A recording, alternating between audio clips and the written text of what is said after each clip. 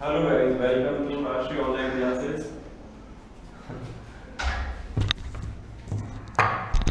Good morning to all of you. Welcome to Rashtriya Online Classes. Myself Govind Singh Tanwar और आप पढ़ रहे हैं बायोलॉजी। कैसे हैं आप सभी? ठीक है।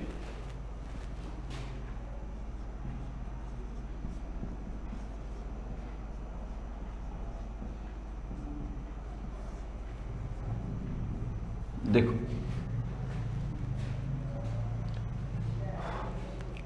Very good morning. Voice is not clear. I hope अब ठीक है। क्लियर है ना बच्चों? एवं हम सब हो जाए सब की तरफ से, फिर शुरू करते हैं क्लास को। ओके, तो एक बार वीडियो ऑन कर ले सभी बच्चे अपना अपना।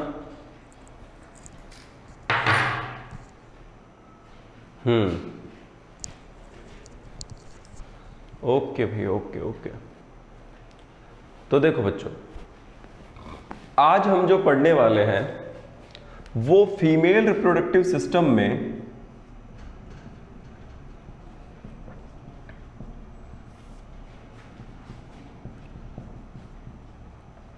डक्टिव सिस्टम में फीमेल रिप्रोडक्टिव सिस्टम में बच्चों क्या है? फीमेल रिप्रोडक्टिव सिस्टम के अंदर आज हम पढ़ने वाले हैं एक्सटर्नल जेनिटेलिया। लास्ट में कल यही टॉपिक चल रहा था, यस, और आज अपन एक्सटर्नल जेनिटेलिया की बात करेंगे। एक्सटर्नल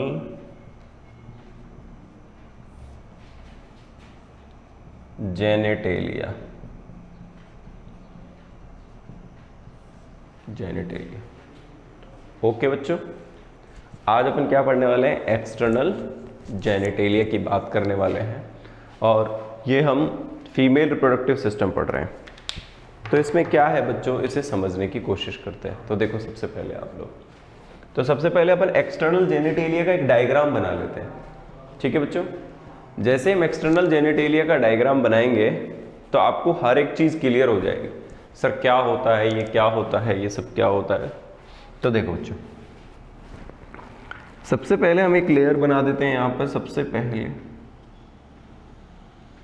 ओके, फिर एक पार्ट यहां से, एक पार्ट यहां से। ये देखिए बच्चों, सबसे पहले आप देख रहे हैं कि यहां पर अगर हम देखेंगे तो वो क्या होगा, उस चीज को आप समझने की कोशिश करो बेटा। These structures here is pubic hairs. ठीक है बच्चों, इन्हें प्यूबिक हेयर्स कहते हैं अपन।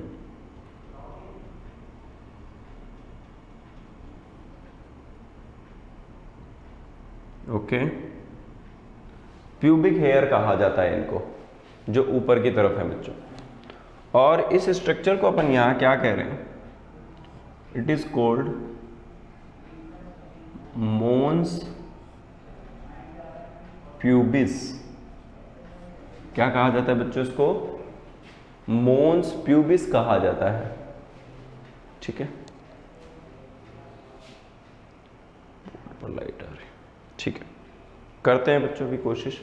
ठीक है, देखो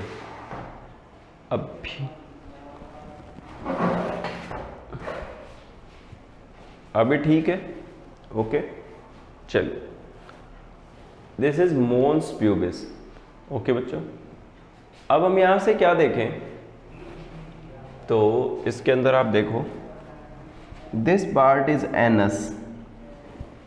व्हाट इज दिस? एनस। क्या है बच्चों? ये एनस है। ओके, इसके साथ आप देख पा रहे हो यहां पर इन हेयर्स को क्या कहा जाता है बच्चों? Pubic hair.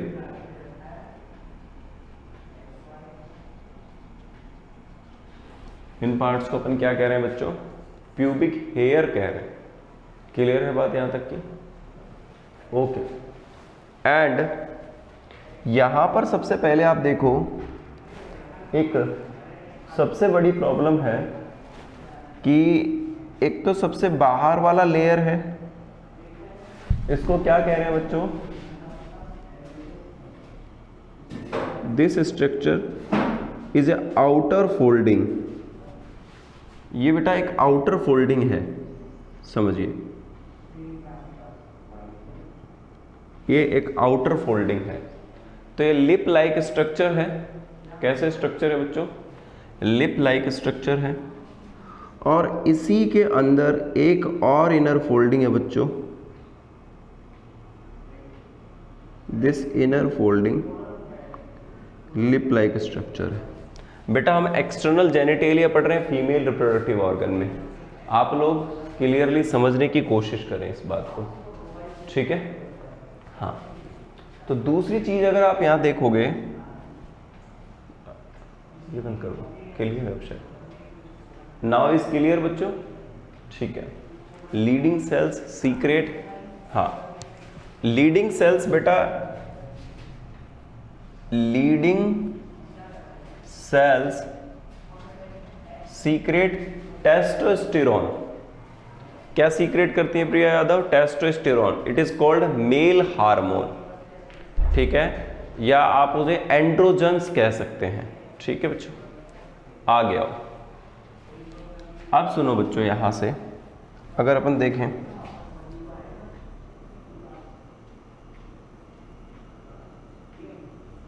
This structure, okay.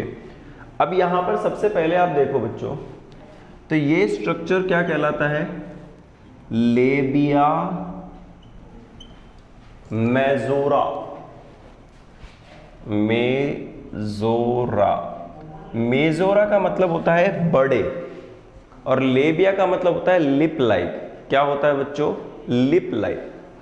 तो लेबिया मेजोरा, दो फोल्ड्स हैं, जो बड़े हैं ऊपर उनको लेबिया मेजोरा, और जो अंदर हैं इन्हें कहते हैं बेटा लेबिया माइनोरा, माइनोरा। बोलो, एक तो क्या था लेबिया मेजोरा, दूसरा क्या था बच्चों, लेबिया माइनोरा।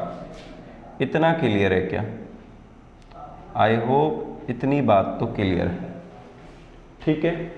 अब आगे समझो, इनके अंदर की ओर अगर मैं बात करूं बच्चों, इसके अंदर की ओर यहां पर this structure is called vestibule.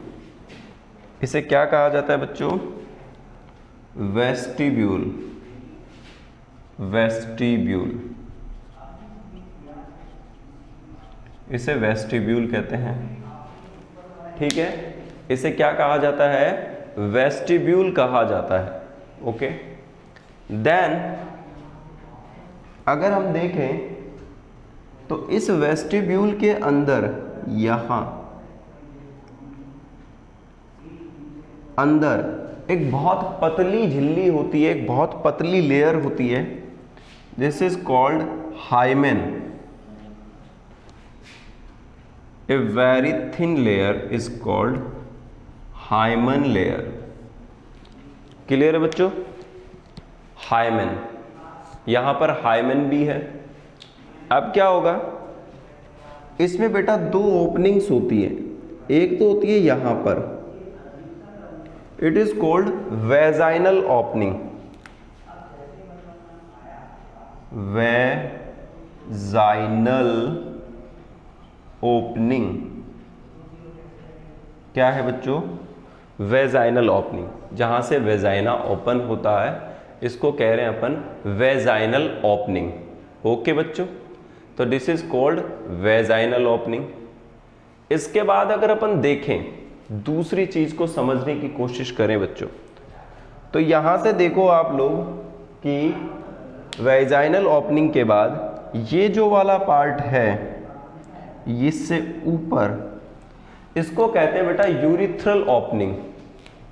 बोलो क्या कहा जाता है, it is called urethral opening. Clear है बच्चों, एक को कहा वेजाइनल ओपनिंग और दूसरे को कहा हमने यूरिथ्रल ओपनिंग। ठीक है बच्चों, तो वेजाइनल ओपनिंग और यूरिथ्रल ओपनिंग दो टाइप की ओपनिंग्स हमें यहाँ दिखाई दे रही हैं। अब समझो बच्चों, इसके बाद आगे की बात समझते हैं अपन यहाँ।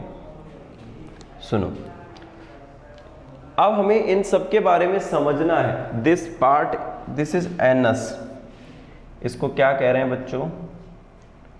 एनस कह रहे हैं अपन, दिस इज एनस। अब समझिए बच्चों क्या क्या करता है, मैं यहाँ सारी चीजें मेंशन कर देता हूँ। देखिए, तो सबसे पहले बच्चों मॉन्स प्यूबिस क्या है? एक फैटी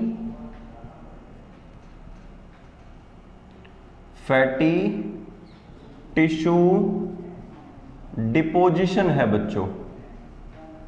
जिशन है, बोलो मैंने क्या लिखा है? मॉन्स प्यूबिस क्या है? एक फैटी टिश्यू डिपोजिशन है।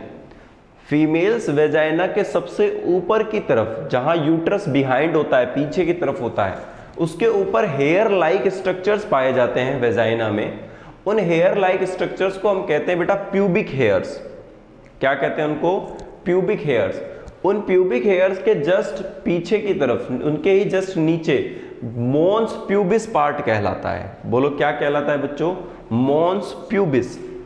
और वो मॉन्स प्यूबिस किसका डिपोजिशन है? फैटी टिश्यूज का, एडिपोज टिश्यूज का डिपोजिशन है, इसलिए उसको मॉन्स प्यूबिस कहा जाता है। क्लियर है ये वाली बात? ओके, आगे आओ बच्चों।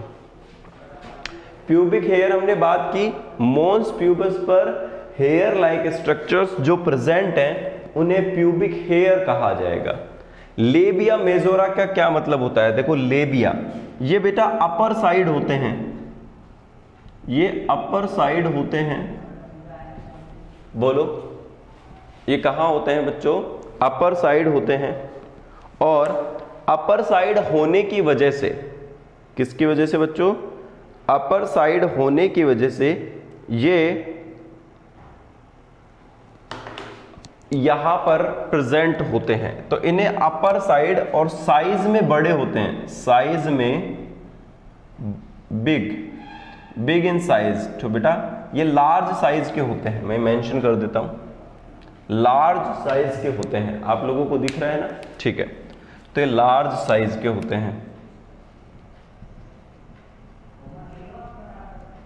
ये लार्ज साइज के होते हैं।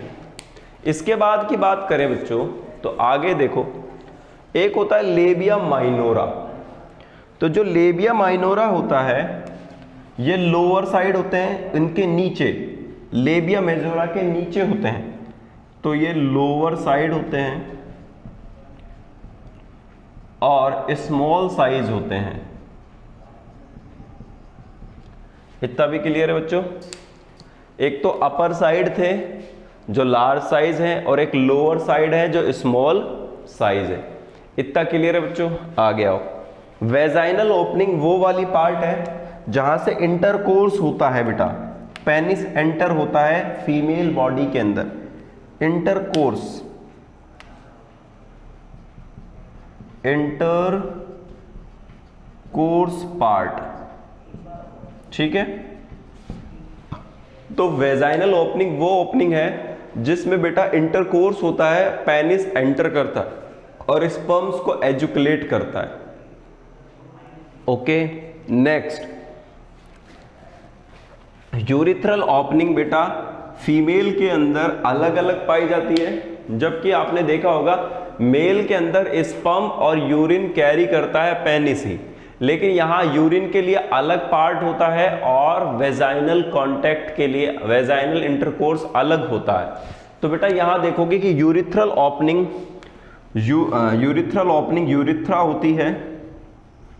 यूरिथ्रा होती है जिससे यूरिन बाहर आता है। क्या बाहर आता है बच्चों? यूरिन बाहर आता है। इतनी भी बात क्लियर है? तो यूरिथ्रल ओपनिंग से यूरिन बाहर आ जाता है। आगे समझो इसके साथ में।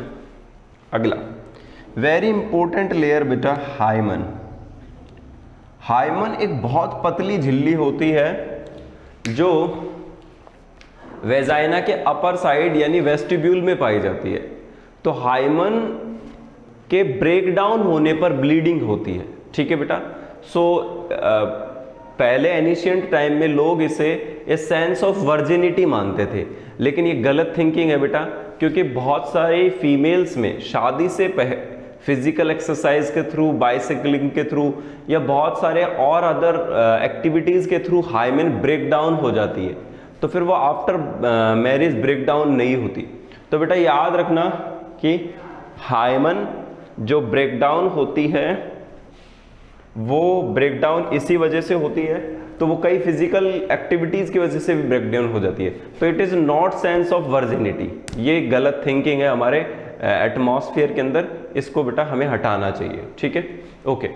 इसके अलावा आप लोग ये देख पा रहे हो, नेक्स्ट वेस्टिब्यूल इंसर्टेड पार्ट है बेटा अंदर। वेस्टिब्यूल एक अंदर वाला पार्ट है जिसको पूरे पार्ट को हम वेस्टिब्यूल कह रहे हैं। हाँ, अब एक इसमें मेन ऑर्गेनल रह गया है जो बेटा फीमेल सेक्स ऑर्गन में सेम होता है मेल सेक्स ऑर्गन के जैसे ही, जिसे हम क्या कहते हैं बच्चों, उसे कहते हैं हम क्लाइटोरियस। बोलिए क्या कहेंगे उसको? It will be erectile organ, erectile organ, it is called clitoris. Please बच्चे से भी मेंशन करें, इट इज कॉल्ड क्लाइटोरियस, क्लाइटोरियस।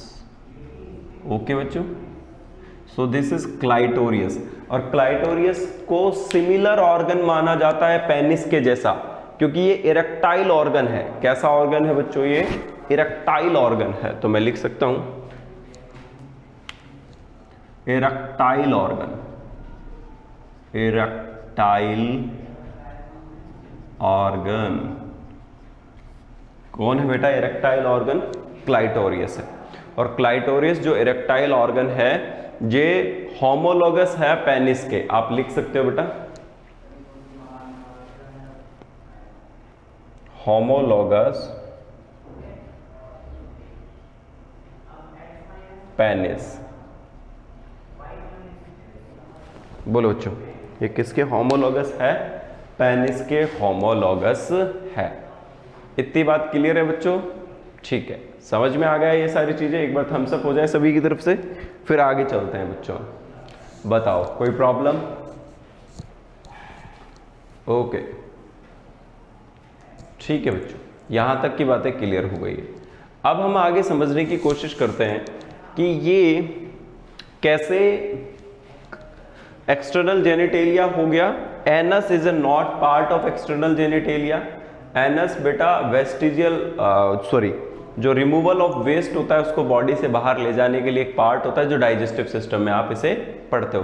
तो anus is a part of digestive system, ये वहां का एक पार्ट है। क्लियर है बच्चों? ठीक है, अब सुनो मेरी बात को आगे। अब हम इससे आगे बढ़ेंगे। हम मेल रिप्रोडक्टिव सिस्टम को डिस्कस कर चुके हैं, फीमेल रिप्रोडक्टिव सिस्टम को डिस्कस कर चुके हैं। Now we today discuss about the mammary glands. तो आज हम मेमरी ग्लैंड्स के बारे में बात करेंगे। क्लियर है बच्चों? क्या हम आगे बढ़ सकते हैं मेमरी ग्लैंड्स के लिए? यस, चलें मेमरी ग्लैंड्स के लिए? ओके, तो यू परमिटेड, हम आगे मेमरी ग्लैंड्स को समझने के लिए चलते हैं। तो ठीक है बच्चों, ओके, अब सुनो बच्चों, मैं इसे हटा देता हूं यहां से। ठीक है,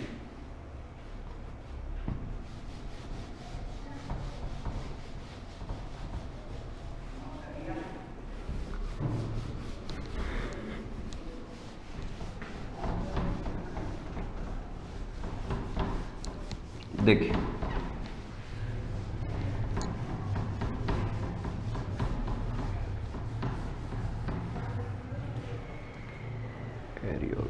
देखो बच्चों,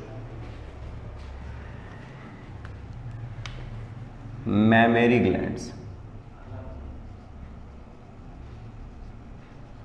मेमरी ग्लैंड्स समझो बच्चों। On the basis of mammary glands human beings को मैमल्स कहा जाता है। क्या कहा जाता है बच्चों? मैमल्स कहा जाता है। और जो मैमल्स हैं उनके अंदर मैमेरी ग्लैंड्स पाई जाती हैं। क्या पाई जाती हैं बच्चों? मैमेरी ग्लैंड्स पाई जाती है। तो उन मैमेरी ग्लैंड्स पे अगर अपन देखें तो उनको समझने की कोशिश करें कि वो कैसी होती हैं। तो बेटा अगर मैं कहूं मेल के अंदर मैमेरी ग्लैंड्स एक्टिव नहीं होती हैं, एरियोलर और निप्पल जैसा स्ट्रक्चर पाया जाता है मेल के अंदर, लेकिन मैमेरी ग्लैंड्स जो एक्टिवेट होती हैं, डेवलप होती हैं for the nourishment of child in females के अंदर होती है। तो उसके लिए आपने समझा होगा कि उनके पास डिफरेंट टाइप्स ऑफ हार्मोन्स होते हैं और वो हार्मोन्स रेगुलेट करते हैं मिल्क को और फॉर्मेशन करने के लिए हेल्प करते हैं। तो बच्चों के फीडिंग के लिए मैमेरी ग्लैंड्स होती हैं फीमेल्स के पास, जिससे बच्चा फीड कर पाता है, दूध पीता है माँ के शरीर से। ठीक है बच्चों, तो उन्हें हम समझने की कोशिश करते हैं कि वो कैसी होती हैं। तो मैमेरी ग्लैंड्स, तो बेटा सबसे पहले ये 1 पेयर होती हैं, 1 पेयर होती है। ठीक है बच्चों, हाँ leading vasa efferentia are the ductules leading from, vasa efferentia are ductules leading from बेटा seminiferous tubules. Priya Yadav, seminiferous tubules, okay, ये वहां से लेके आती हैं वासा एफरेंशिया। ठीक है, अब सुनो बच्चों, मैमेरी ग्लैंड्स को कैसे समझने की कोशिश करेंगे अपन। देखो मैमेरी ग्लैंड्स में आपने देखा होगा, जैसे ये एक निप्पल स्ट्रक्चर बना रहा हूं मैं, इसमें आप देखिए सबसे पहले एक बड़ा पार्ट होता है जो थोड़ा ब्लैक ब्लैक होता है। ठीक है बच्चों, है ना। हाँ, सबसे पहले मैं लिख देता हूं, यहां सबसे इंपॉर्टेंट लिख रहा हूं बेटा, मैमेरी ग्लैंड्स, बड़ा में लिख देते हैं, mammary glands are modification of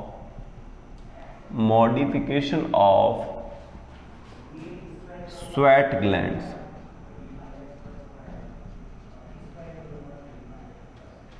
sweat glands, ये बताओ बच्चों, mammary glands are modification of sweat glands. कितने लोगों को पता था? सबको पता था कि ये वाली बात पता होगी। तो मैमेरी ग्लैंड्स किसका मॉडिफिकेशन है बच्चों? स्वेट ग्लैंड्स का। ये जरूर जरूर याद रखना है। वेरी गुड, जिन बच्चों को पता है शानदार। मैमेरी ग्लैंड्स मॉडिफिकेशन है स्वेट ग्लैंड्स का। क्लियर है बच्चों? अब आओ आगे। मैमल्स में फीमेल्स के अंदर जो हम स्ट्रक्चर देखते हैं उसमें एक बड़ा स्ट्रक्चर होता है और एक छोटा स्ट्रक्चर होता है बच्चों। यहां पे ओपनिंग है। आई होप आप देख पा रहे हो ना? ठीक है बच्चों, क्लियर है?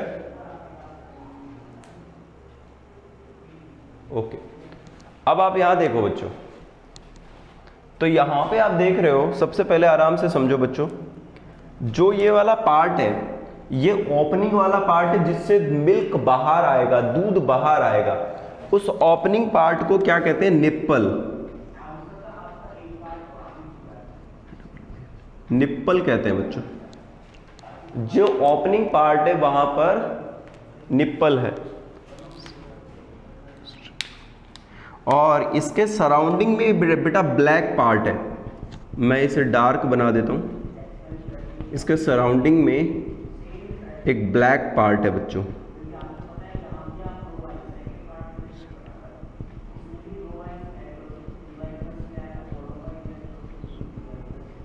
ठीक है बच्चों, ओके। इस ब्लैक पार्ट को हम कहते हैं बच्चों एरियोलर। बोलो क्या कह रहे हैं? एरियोलर।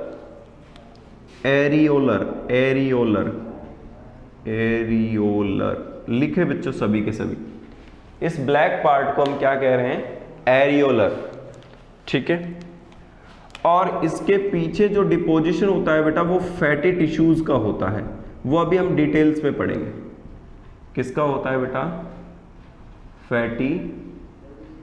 टिश्यू,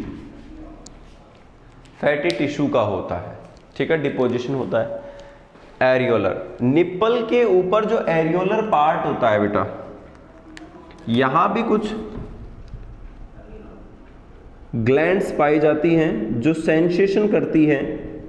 मतलब जब बच्चा शक करता है दूध पीने के लिए तो एरियोलर पार्ट पर प्रेजेंट ग्लैंड्स एक मैसेज पहुंचाती हैं ब्रेन को, और ब्रेन वहां से फिर प्रोलैक्टिन को रिलीज करवाता है जिससे मिल्क फॉर्मेशन होना है, और ऑक्सीटोसिन को रिलीज करवाता है जिससे मिल्क को बाहर आना है। क्लियर हो रहा है बच्चों ये वाली बात? आई होप क्लियर है ना ये वाली बात। तो यहां पर भी कुछ स्पेशल ग्लैंड्स होती हैं। अभी आप याद रखो बेटा, निप्पल और एरियोलर। निप्पल कौन सा है? वो वाला छेद जो पार्ट जिससे मिल्क बाहर आने वाला है, और उसके सराउंडिंग में जो ब्लैक पार्ट है बेटा, उसको हम क्या कह रहे हैं? एरियोलर कह रहे हैं। क्लियर है? इतनी बात क्लियर है तो थम्स अप हो जाए एक बार, फिर आगे चलते हैं बच्चों। फिर मुझे लगेगा आपको समझ में आ गई ये वाली बात। ओके, ठीक है। अब आओ बच्चों आगे की तरफ, सुनो। अब हम समझने वाले हैं, तो देखो ये निप्पल ऐसे जाता है, ओहो ज्यादा बड़ा हो,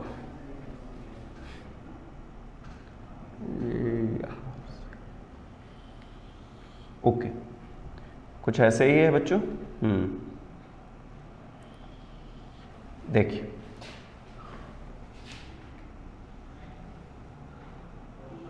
देखो बच्चों, तो फीमेल्स में अगर आप देखोगे तो दिस स्ट्रक्चर जो ओपनिंग है बच्चों, ये वाली ओपनिंग है, इस ओपनिंग को हम क्या कह रहे हैं यहां पर? This opening is called nipple. Nipple, इसको क्या कहेगा हो जाएगा बच्चों? निप्पल कहा जाएगा। कह दिया। इसके पीछे मैं वहां बता चुका हूं एरियोलर है, ठीक है। अब इसमें क्या है बच्चों, देखो सुनो, इसमें बहुत सारा भरा हुआ है, जितना मैक्सिमम आप कह सकते हो उतना सारा एडिपोज टिश्यू बढ़ा है। तो जितना ज्यादा एडिपोज टिश्यू होगा, जितना ज्यादा एडिपोज टिश्यू होगा, उतने की वजह से ब्रेस्ट का साइज होगा बच्चों, ठीक है। तो वो कौन डिपेंड करता है? एडिपोज का डिपोजिशन। जितना मैक्सिमम एडिपोज डिपोजिशन होगा उतना ही जैसा फिगर बड़ा होगा, ये ब्रेस्ट साइज बड़ा होगा, मेमोरी ग्लैंड्स बड़ी होंगी। तो बेटा ये जो सारा डिपोजिशन मैंने किया है, ये किसका डिपोजिशन है बच्चों? ये एडिपोज टिश्यू का। तो सर मैं लिख देता हूं यहां एडिपोज टिश्यू। बेटा बहुत इंपॉर्टेंट चीजें समझिए। तो यहां पर किसका डिपोजिशन है भैया? एडिपोज टिश्यू का डिपोजिशन है। अब इसमें क्या बनने वाला है? इसमें बनने वाले हैं लोब्स। 15 से 20 लोब्स होते हैं बच्चों। ये एक लोब बन गया,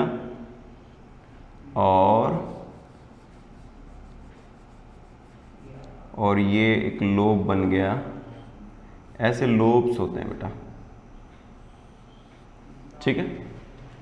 ओके, तो ये जो लोब्स बन गए इनको कहा जाता है memory lobes.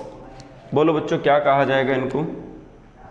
It will be called memory lobes. बताओ बच्चों इनमें क्या प्रेजेंट होगा? मेमोरी लोब्स कह रहे हैं अपन इनको। क्या कह रहे हैं इनको अपन? Memory lobes. अब समझो आगे, इन मेमोरी लोब्स में अगर आप देखोगे तो बेटा यहां पर मेमोरी लोब्स के अंदर क्या होता है? मेमोरी जो लोब्स होते हैं उनके अंदर बहुत छोटी छोटी, अगर आप देखेंगे तो यहां पर स्ट्रक्चर्स होती हैं जिनको अपन मेमोरी लोब्स कह रहे हैं। इनसे यहां पर मिल्क बनाता कौन है बच्चों? मिल्क बनाता है प्रोलैक्टिन। याद आ रहा है क्या? Who's make milk? प्रोलैक्टिन। कौन बनाता है बेटो? Prolactin hormone. प्रोलैक्टिन हार्मोन क्या करता है, यहां पर कुछ ऐसे स्ट्रक्चर्स हैं छोटे छोटे, जिनको अपन क्या कह सकते हैं बच्चों, ठीक है, जैसे मेमोरी लोब्स हैं, इन मेमोरी लोब्स के अंदर मेमोरी डक्ट्स हैं, छोटे छोटे ट्यूब्यूल्स हैं, तो इनके अंदर डिपोजिशन होता है किसका, मिल्क का, मिल्क डिपोजिशन होता है। अब मिल्क जो डिपोजिशन होता है वो क्या करते हैं बच्चों, उनको कहते हैं मेमोरी ट्यूब्यूल्स, इनमें जो डिपोजिशन हुआ रहा है, तो इनको क्या कह रहे हो, मेमोरी ट्यूब्यूल्स। बोलो बच्चों क्या कहा जाएगा इनको, मेमोरी ट्यूब्यूल्स।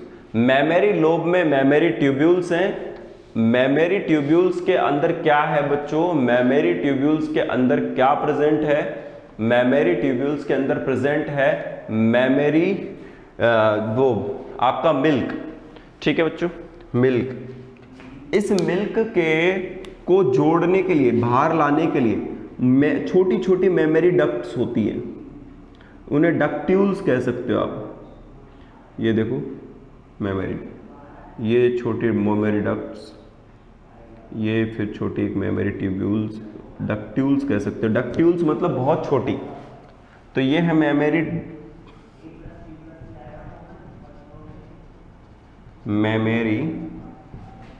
डक्ट्यूल्स।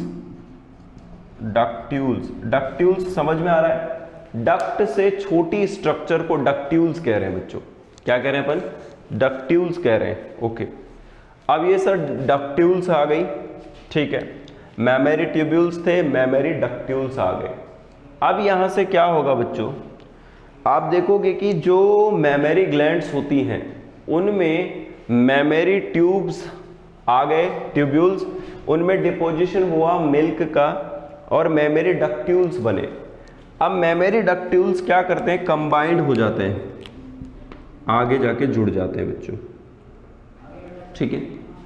अब आगे जाकर जब जुड़ जाएंगे तो इनको आप कहोगे सीधे मेमोरी डक्ट्स। क्या कहोगे बच्चों इनको आप, मेमोरी डक्ट्स। और ये मेमोरी डक्ट्स आकर के ओपन होते हैं निप्पल के अंदर, ये मेमोरी डक्ट्स यहां से, ये सब ऐसे मेमोरी डक्ट्स यहां से ओपन होते हैं, इनको क्या कहते हैं अपन, मेमोरी डक्ट्स।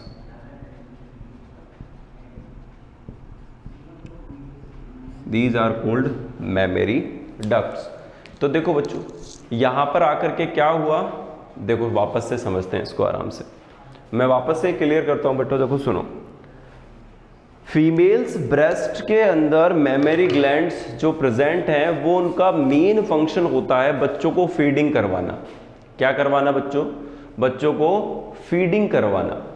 अब जब बच्चे फीडिंग करेंगे तो बच्चों को फीडिंग करने के लिए, सुनो बेटा, क्या होंगी, मेमोरी ग्लैंड्स होंगी। तो मेमोरी ग्लैंड्स में किसका प्रोडक्शन होगा, मिल्क प्रोडक्शन होगा। क्या प्रोडक्शन होगा बच्चों, मिल्क का प्रोडक्शन होगा। इसको समझो आप, आगे समझिए बच्चों। मेमोरी प्रोडक्शन होगा, फिर इसके बाद मेमोरी लोब्स होंगे। क्या होंगे बच्चों, मेमोरी लोब्स होंगे। इन मेमोरी लोब्स के अंदर आप क्या देखेंगे, जो मेमोरी लोब्स हैं, इन मेमोरी लोब्स में हम देखेंगे कि जो डिपोजिशन होता है मिल्क का, वो यहाँ मेमोरी लोब्स के अंदर प्रेजेंट होता है, क्योंकि मेमोरी लोब्स में प्रोलैक्टिन के सीक्रेशन की वजह से यहाँ पर मिल्क आता है। मिल्क आने के बाद आप लोग देखोगे कि यहाँ से बहुत छोटी छोटी ट्यूब्यूल्स निकल के आती है, मेमोरी ट्यूब्यूल्स कहते हैं उनको। बोलो बच्चों क्या कहा जाएगा उनको, मेमोरी ट्यूब्यूल्स कहेंगे। और मेमोरी ट्यूब्यूल्स कहने के बाद आप लोग देखोगे यहाँ से कि मेमोरी ट्यूब्यूल्स आगे जाकर कनेक्ट हो जाती है, जिनको अपन कह रहे हैं मेमोरी डक्ट्यूल्स। क्या कह रहे हैं बच्चों उनको, मेमोरी डक्ट्यूल्स कह रहे हैं। और मेमोरी डक्ट्यूल्स कहने के बाद आप लोग यहाँ से देखेंगे, बेटा वीडियो तो क्लियर है, आप लोगों को क्या प्रॉब्लम है मुझे बताओ थोड़ा सा। Why many students left, video clear है, एनी प्रॉब्लम?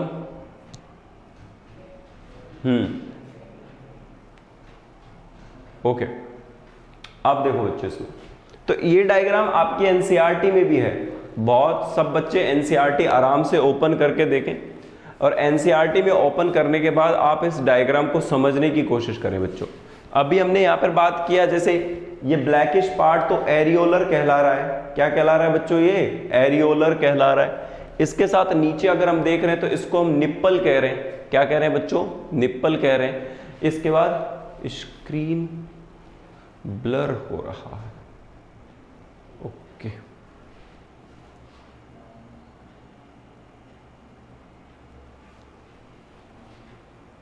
अब देखो बच्चों, अभी क्लियर आ रहा होगा, आई होप यहां से अभी क्लियर है। हाँ प्रिया यादव बिल्कुल सही देख रहे हो बेटा, हाँ यही डायग्राम की बात कर रहे हैं अपन। इसमें आप देखो सारे स्ट्रक्चर्स दिखाई दे रहे हैं, एडिपोज टिश्यू है, मेमोरी लोब्स हैं, मेमोरी लोब्स के अंदर क्या है बच्चों, मिल्क डिपोजिशन है, फिर वो मेमोरी लोब्स में आगे मेमोरी डक्ट्यूल्स पाए जाते हैं, फिर इसके बाद आगे जाकर के कंबाइंड होकर ये मेमोरी डक्ट बनाते हैं, क्या बनाते हैं बच्चों, मेमोरी डक्ट बनाते हैं। और फिर उस मेमोरी डक्ट के बाद वो क्या होता है, ओपन होता है निप्पल के अंदर, जहां से बेटा मिल्क बाहर आता है। क्या बाहर आता है बच्चों, मिल्क बाहर आता है। तो देखो ये मिल्क ऐसे ड्रॉप्स के फॉर्म में बना देते हैं, ठीक है, तो ये मिल्क बाहर आ रहा है। तो देखो अब सुनो बच्चों, इसमें क्या बताना चाहूंगा आप लोगों को, जो मिल्क होता है ना बच्चों, समझिए इस चीज को, मिल्क जो होता है उसकी क्या बात कर रहे हैं अपन। जो मिल्क होता है इसके लिए दो हार्मोन रिस्पॉन्सिबल होते हैं, एक हार्मोन जो मिल्क को बनाता है, एक हार्मोन जो मिल्क को एजुकुलेट करता है, बाहर लाता है। तो मैं लिख सकता हूं एजुकुलेशन के लिए,